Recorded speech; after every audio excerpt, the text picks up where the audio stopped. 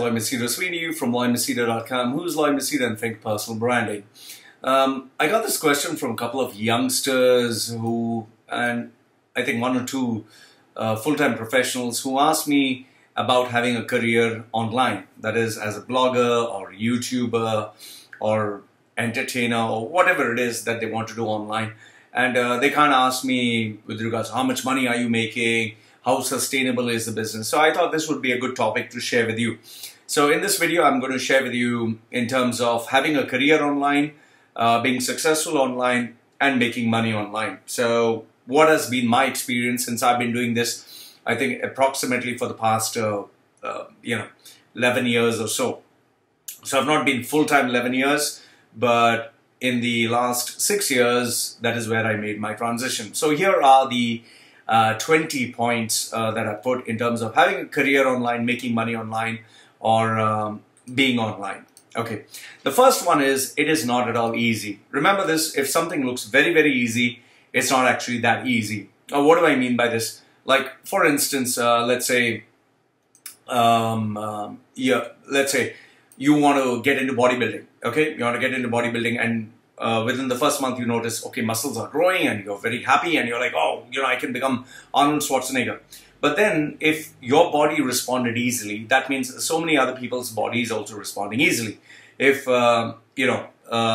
just by the help of steroids, you can build your muscle very fast, that means other people can also do the same. So if anything is very easy for everyone, that means it is not actually very easy. Remember this, like especially when you have these quick get-rich schemes, or you have this cryptocurrency which everyone is saying, oh, you can make money, you can make millions online.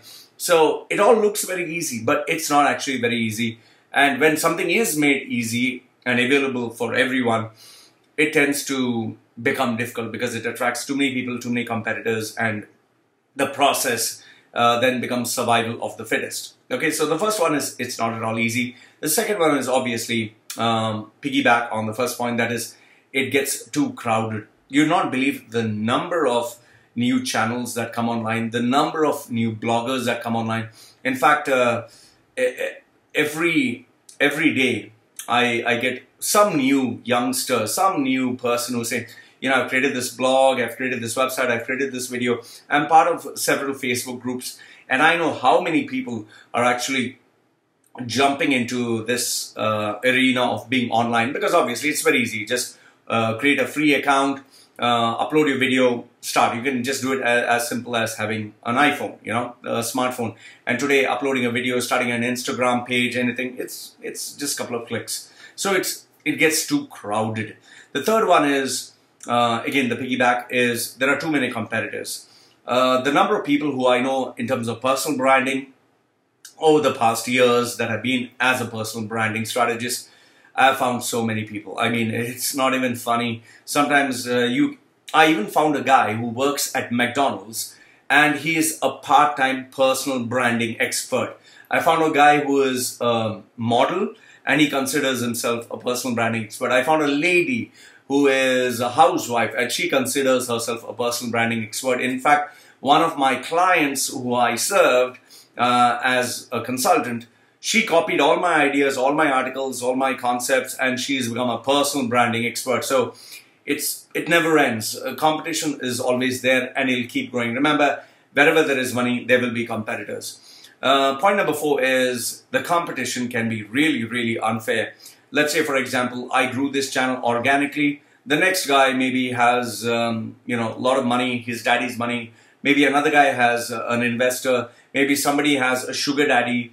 Maybe one female will just show her cleavage and, she will, show her ass and, act sexy. In fact, so many Instagrammers, they take photographs of their ass or their boobs and all that. And then they have a motivational quote, believe in yourself and all that. What are the guys looking at? The guys are not looking at the motivational quote. They're looking at the tits and they're looking at the ass, and obviously they're following them and giving them likes and support. So it's not fair. I obviously do not have tits and I do not have a sexy ass to show, so I can't help it. I don't have my rich father's money that I can keep blowing and showing a rented Lamborghini or a Rolls Royce, or show a rented private jet and say tons of money. I can't do that. And I can't complain. So it's unfair and life is unfair. Point number 5 is very simply money talks. The more money you have, the more you can talk. It's as simple as, if you're rich, people come and kiss your ass. You have money to blow. People want to be a part of your circle. People want to be part of your entourage.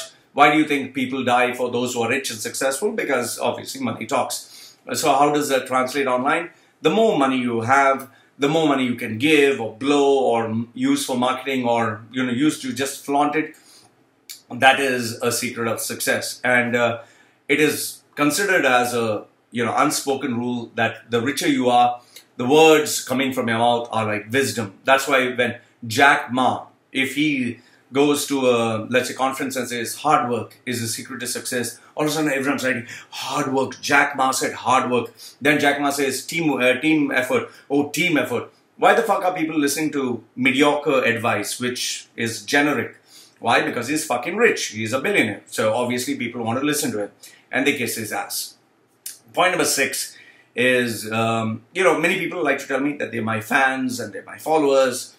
This is a very fleeting concept. Today they can be your fans, tomorrow they'll just not even remember you. Think of all the great film actors, superstars, singers, musicians, whomsoever, celebrities. Today the person can be your fan, tomorrow he'll get bored of you. So there's no loyalty as such. So fans can come and go. You can have 1 million fans and tomorrow nobody wants to even see you or even listen to you talk. So, fans it's a very fleeting concept. Point number 7 is you need to constantly have new content. By content, it's not only like the videos that I put. I need to put up blogs. I need to put up stuff on Facebook. I need to put stuff on Instagram. So obviously I don't have too many channels, but the channels that I do have, I need to constantly put new content because people want new stuff. They don't want the same old stuff. That is why I get sometimes criticized online. Oh, Loy, it's so predictable. Oh, again you're speaking about Dubai. Again you're speaking about self-improvement. I mean, I don't know what the fuck people want. Do they want me to start a cooking channel? Then one day start a, take care of dogs and grooming. One day start a travel channel. People just want new every time. And it's not possible, but you have to do it if you have to survive. So I just create new content based on the genre that I specialize in. Then point number 8 is you need to reinvent yourself. By reinvention, I do not mean that if today I'm a personal branding strategist, tomorrow I become a guru, and after that I become a fitness coach. And no, it's more like you change with the times.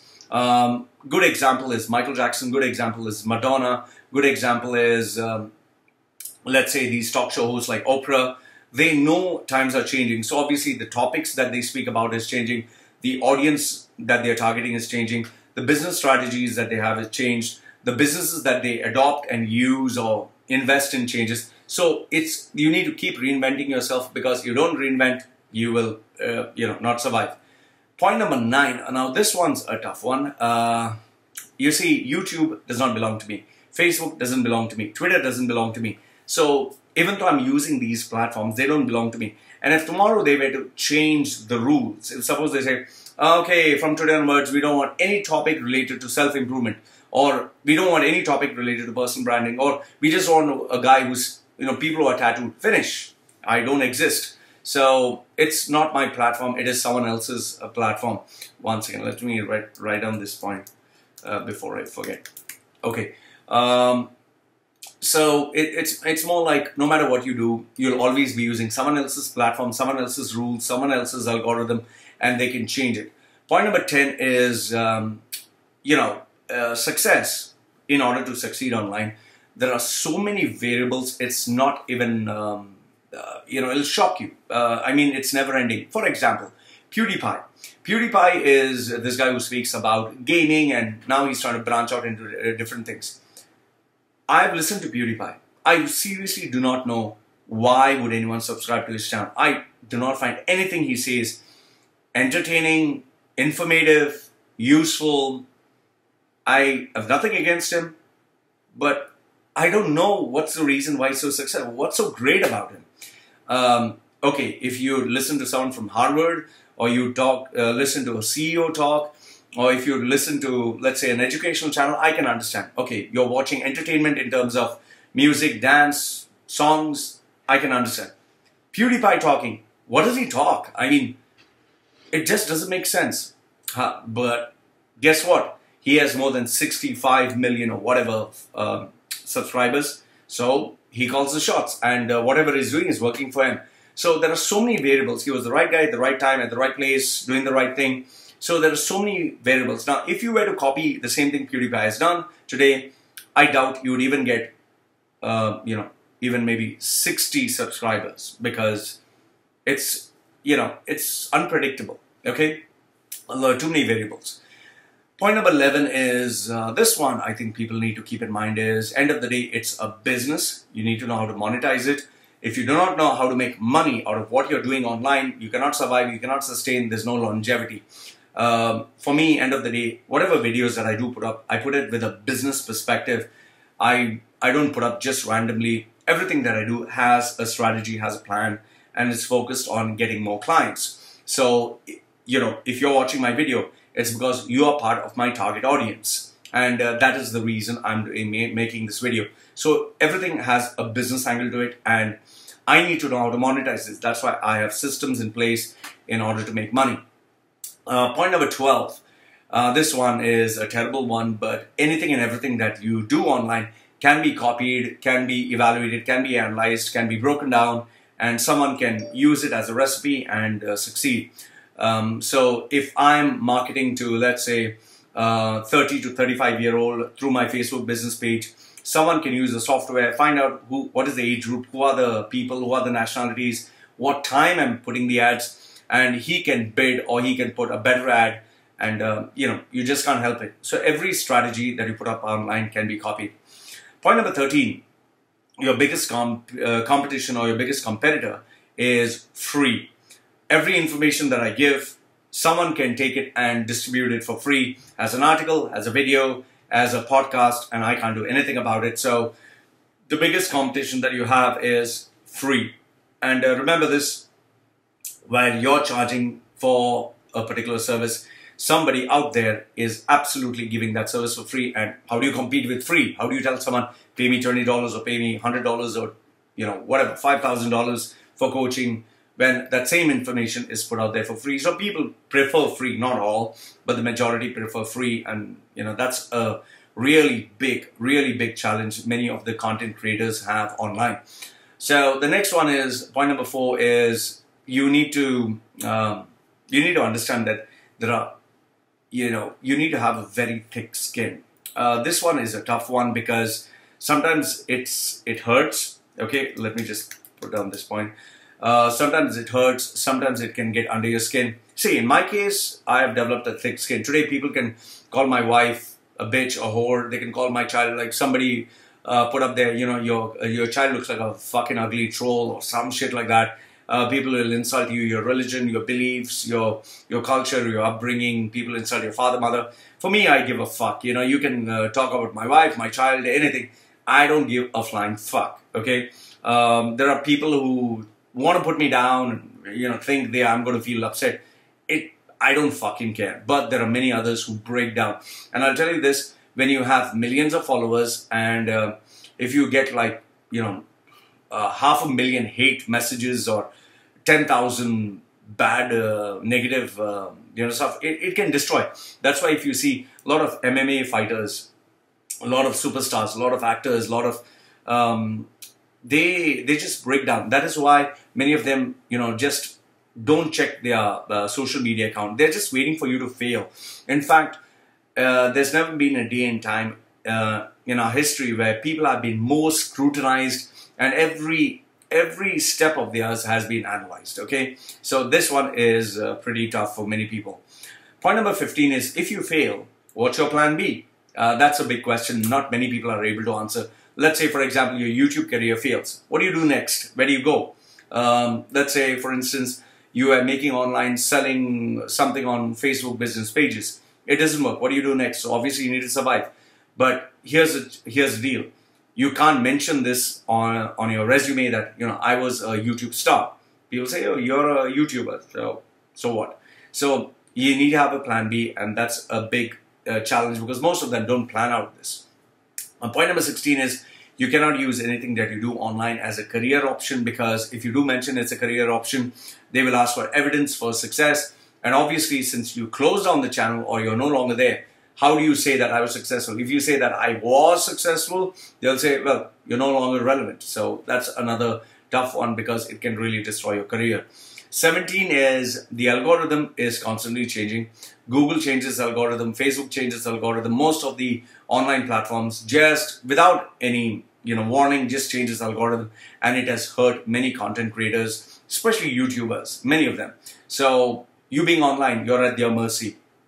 Point number 18 is once you set your brand, like I'm a tattooed guy, I'm a personal branding strategist, I'm controversial.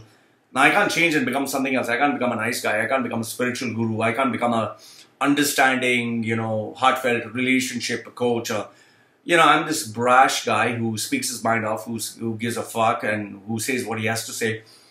I can't change my tattoos. I can't change my stripes. I just can't change who I am. So that is another thing you need to remember. Once you're branded as X, you're X for the rest of your existence. Point number 19 is it's a very unpredictable career path. You can be a wow today, you can be a big hit. Tomorrow, you can be nothing. You can be totally irrelevant. It's totally unpredictable. And last, if not the least, is point number 20 is the investment into this field, time, effort, and money. Take it from me when I say this, it never ever ends. I have to invest in speakers, I have to invest in camera, I have to invest sound system, I have to invest in lighting, I have to invest in marketing, I have to invest in myself, my education, learning, studying. It just never ends. So if you're thinking of jumping in online, remember this, you need to constantly invest. And that's the only way for your survival. So these are the points that I want you to know where where being online, having a career online is concerned. Remember this, if it's not your passion, if it's not something that you live and die, that you breathe, that defines you, that makes you who you are, that gives you a kind of sense of accomplishment, and most important is where you're making money. If it's not that, don't get into this, because end of the day, let me tell you, you just don't know when you'll stop making money, and then big questions, how do you survive next? I've been doing this for 6 years. I see myself doing this for the rest of my life, and when that time does come where I have to say goodbye, well, I definitely know that I would be getting ready to jump the ship, but very calculated and making sure that there is land or another ship to jump on. So, live from Machedo.com, who's live Machedo and Think Personal Branding, sharing with you his views. Let me know what you think in the comment section below. Like the video, thumbs up, don't like it, thumbs down. This is me saying goodbye for now. Take care.